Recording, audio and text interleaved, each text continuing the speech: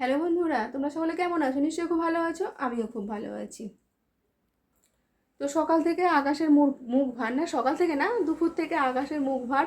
তো চলো বাইরের পরিবেশটা তোমাদের দেখায়। আর আমি সঙ্গে নিয়ে নিয়েছি কিছু দানা, এগুলো হলো শাকের দানা, সেগুলোই আমি এখন ছড়াবো। চলো দেখো বন্ধুরা, মেঘলা আকাশ, বৃষ্টি পড়ছে। কিছুক্ষণ তো জোরে মুষলধারে বৃষ্টি হলো, এবার টিপ টিপ করে বৃষ্টি পড়ছে। তো আমি ছাদে চলে এসেছি।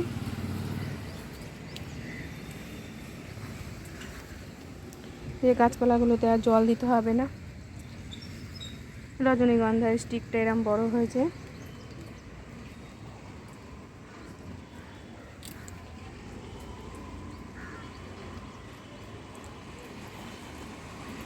সিম গাছটা এরকম বড় হয়ে গেছে।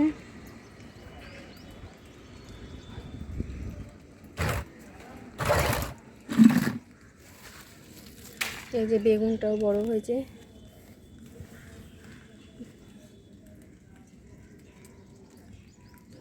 এখানে একটা বেগুন আছে, তা আমি আজকে তুলবো না, আমি দুদিন বাদে তুলবো এটা, কারণ আর একটু বড় হোক তারপরে তুলবো।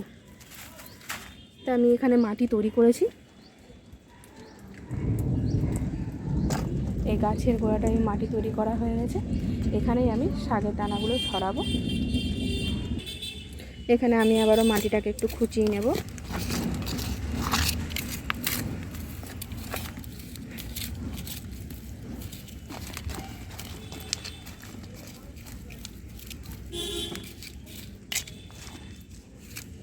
তো মাটিটা আমি খুঁচিয়ে নিয়েছি। এখানে আমি ছড়াবো পালং শাকের বীজগুলো। তো এই যে এগুলো পালং শাকের বীজ, এগুলো আমি সবটা এখানে ছড়িয়ে দেব।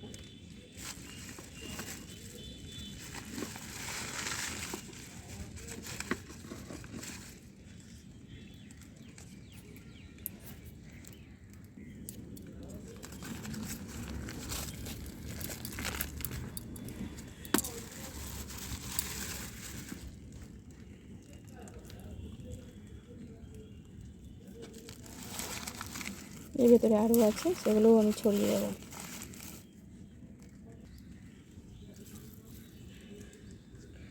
এবার আমি মাটিগুলোকে একটু হাতে করে নাড়াচাড়া করে দেব।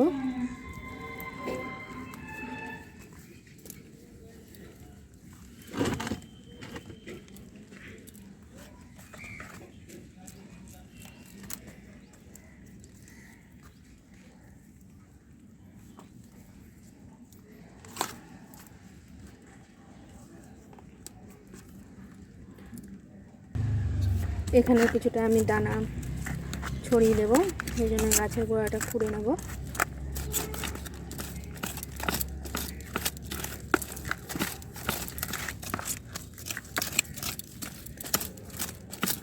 এখানে আমি কিছু লাল শাকের দানা ফেলবো।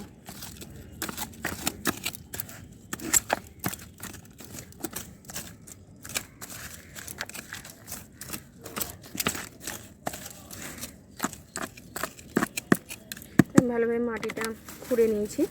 খুঁড়ে নেওয়ার পরে এবার আমি এখানে লাল শাকের দানা ফেলবো।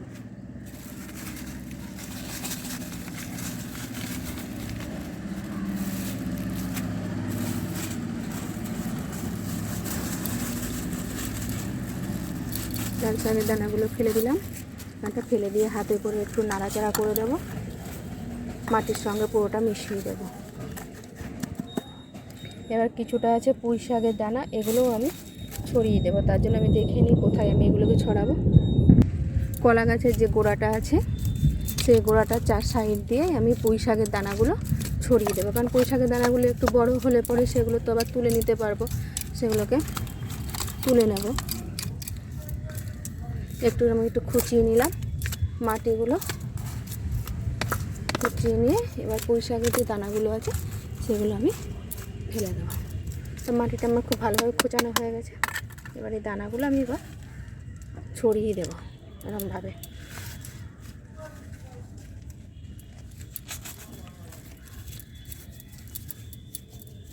ছড়িয়ে দিলাম। এবার হাতে করে আমি মাটিগুলো একটু নাড়াচাড়া করে দেবো।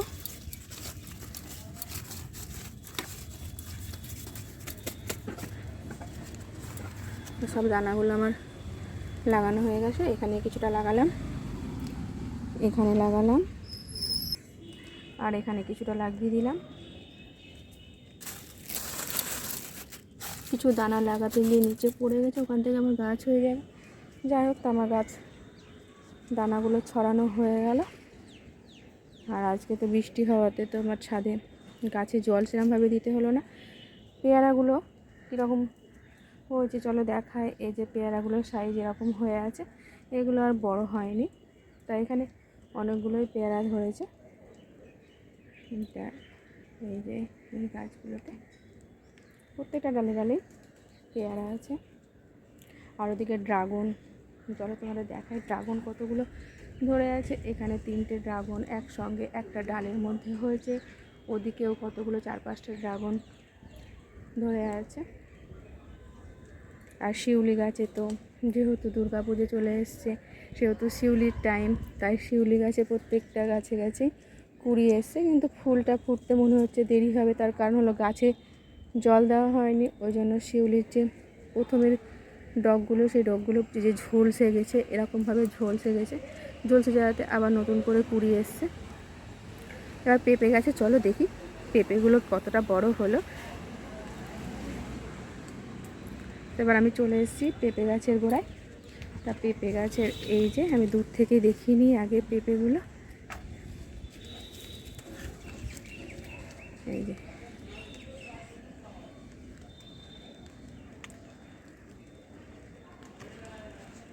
এগুলো আবার ছোটো ছোটো পেঁপে আবার নতুন করে ধরেছে। ওই যে আর এই যেগুলো আগে ধরেছিল সেগুলো একটু বড় হয়েছে।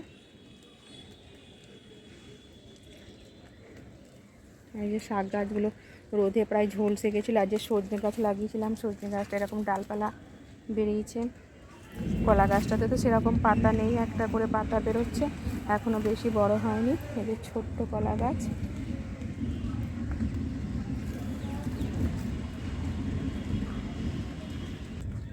আর যে লেবু গাছে এই যে ছোট্ট ছোট্ট লেবু ধরে আছে। কিছুটা লেবু আমি পেরে নিয়ে গেছিলাম, আর এই আবার লেবু কুড়ি এসছে, ফুল এসছে। আর কিছুদিন আগে আমি এসে শিম গাছের ডালগুলোকে এদিক ওদিক চলে গেছিলো বলে বেঁধে দিয়েছিলাম, আবার এদিক ওদিক ছড়িয়ে গেছে, তো সেগুলো আমি বেঁধে দেবো। তা আজকে বৃষ্টি পড়ছে, এই গাছটা তো এরকম শুকিয়ে গেছে, এটাতে সার প্রয়োগ করতে হবে। তা আমি তো জৈব সারটাই বেশি দিই, জৈব সারটাই দেবো। এখন বৃষ্টি পড়ছে সেহেতু আর ছাদে বেশিক্ষণ থাকবো না। এবার আমি নিচের দিকে চলে যাব।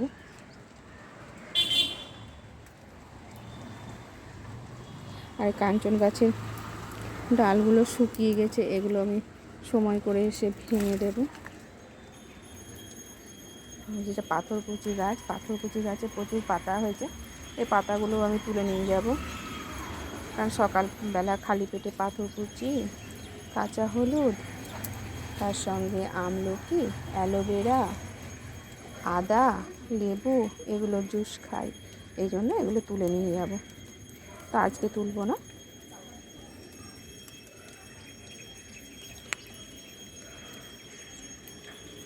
লঙ্কা গাছে তো এখনও সেরকম কিছু লঙ্কা ধরে, লঙ্কা গাছটা প্রায় কুকড়ে গেছিলো। না, লঙ্কা ধরেছে, একটা দূরে একটা লাল লঙ্কা ধরে আছে, আর কতগুলো কুড়ি এসছে, ফুল ফুটেছে ওই দূরে। এখানেও কত পেঁপে গাছের চারা বেরিয়েছে, তো আর একটু বড় হোক, তারপর পেঁপে গাছের চারাগুলোকে তুলে লাগাবো। এটাও একটা পাথরকুচি গাছ, আর একটা তুলসী গাছ। এবার আমি একটু দেখে নেব যে কতটা জল আছে। হ্যাঁ, জল তো কিছুক্ষণ আগে ভরলাম, জলটা আছে। আর করবী গাছের এই যে কুড়ি, আর করবী গাছটাকে পুরো শিম গাছটা আশ্রয় করে নিচে জড়িয়ে ধরে ওটাকে উঠছে। তা ঠিক আছে, শিম গাছ থাকাতে কোনো অসুবিধা হবে না। শিম গাছ তো শিম ধরার পরেই তো এটা শুকিয়ে যাবে, তখন কেটে দেবো, তখন করবী গাছটা কোনো ক্ষতি হবে না।